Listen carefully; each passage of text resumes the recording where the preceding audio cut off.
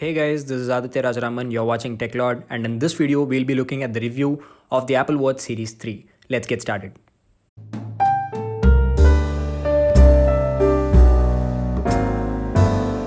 Alright, we'll split this review into 5 parts: design, display, fitness, features and performance, and comparison with the SE.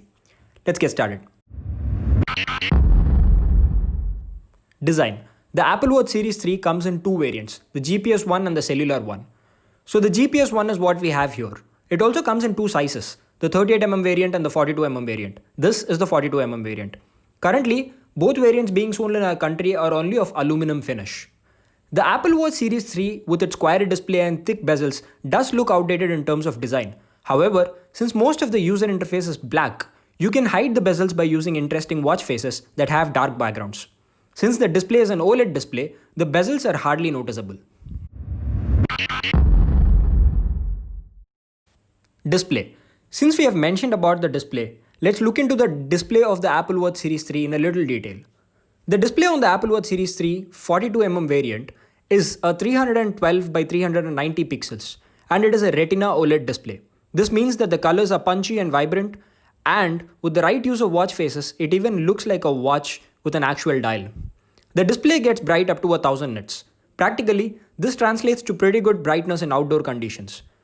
The only noteworthy thing about the Apple Watch Series 3's display is that it lacks an LTPO display, low temperature polycrystalline oxide. The LTPO display basically allows the Apple Watch to dynamically change the panel's refresh rate. The other thing that's missing in the display is the always on feature.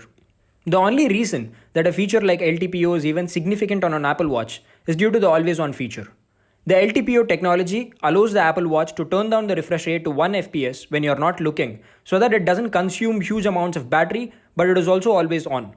However, unlike the Apple Watch SE, which has an LTPO OLED but misses out on the always on feature, the Apple Watch Series 3 misses out on both. So it's not a forced limitation, it's just that the Apple Watch Series 3 is old now.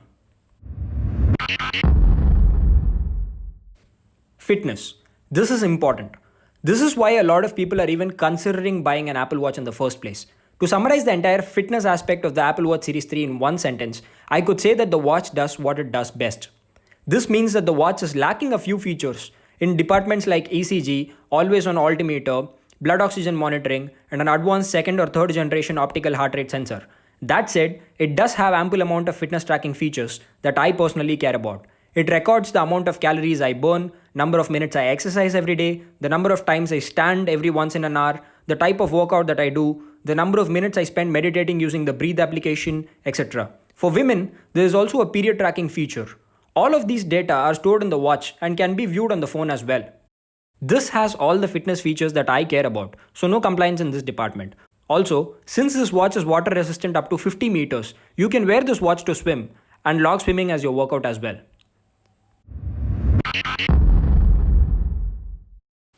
Features and performance. The features and performance actually plays a bigger role in buying decision than you think.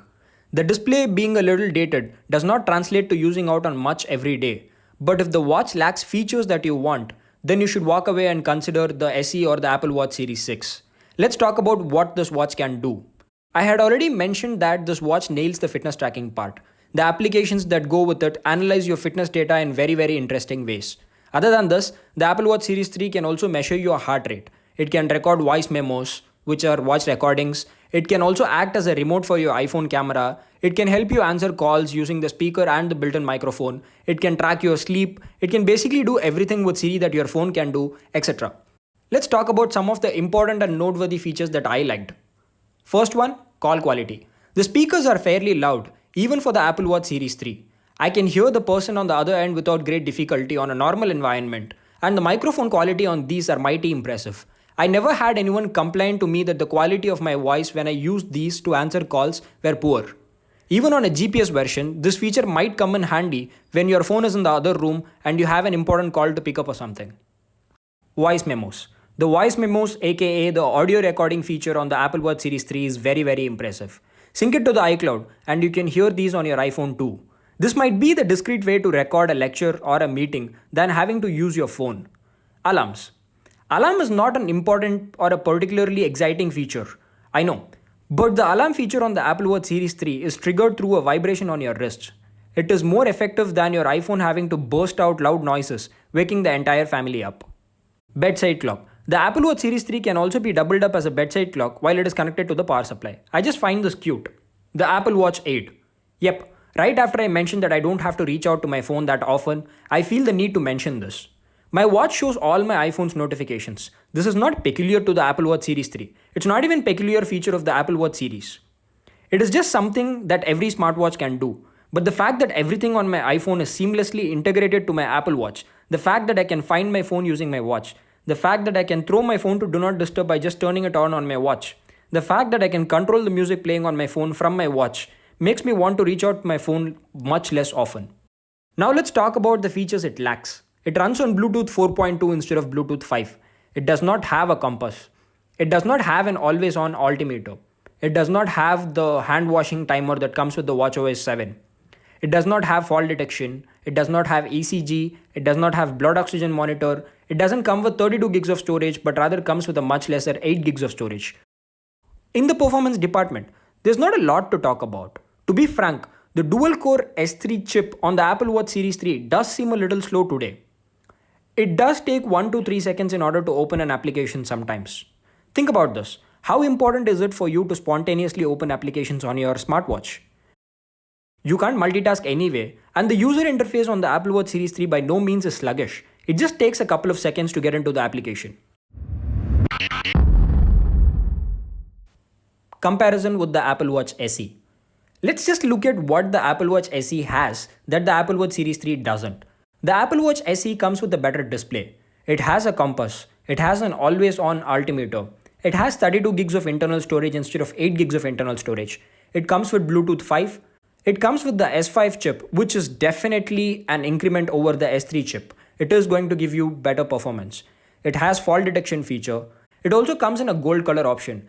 This might not be an important feature to you, but it might be an important feature to a lot of people who really like the gold color. In fact, even I like the gold color a lot, but the Apple Watch Series 3 just doesn't come in that finish. It has a digital crown with a haptic feedback. Now the haptic feedback is really something that makes the entire experience of the digital crown a lot more intuitive. Final verdict. If you are considering on getting an Apple Watch and you just want to taste the experience of the ecosystem, close your eyes and throw your money out on the Apple Watch Series 3. If you're into fitness and you don't want the ECG and you don't really care about the blood oxygen monitor, which will become useless in less than a year anyway, then get the Series 3 again. The Apple Watch SE does not do anything better than the Apple Watch Series 3 when it comes to fitness tracking. For 80% of you people, I'd say that even if you have 30,000 rupees, spend it on the Series 3 and save 10,000 rupees rather than investing 30,000 rupees on your Apple Watch SE. That's it. If you're into the Apple Watch SE, for any of the previously discussed points, the SE isn't bad either. I just believe that what the Apple Watch Series 3 offers for 20,000 rupees is a lot more value for money than what the Apple Watch SE offers for 30 to 32,000 rupees. That's the video, guys. A lot of time has been put into making this video for you, so like the video if you found it helpful and subscribe to the channel because it's absolutely free. I'll see you in the next video. Bye-bye.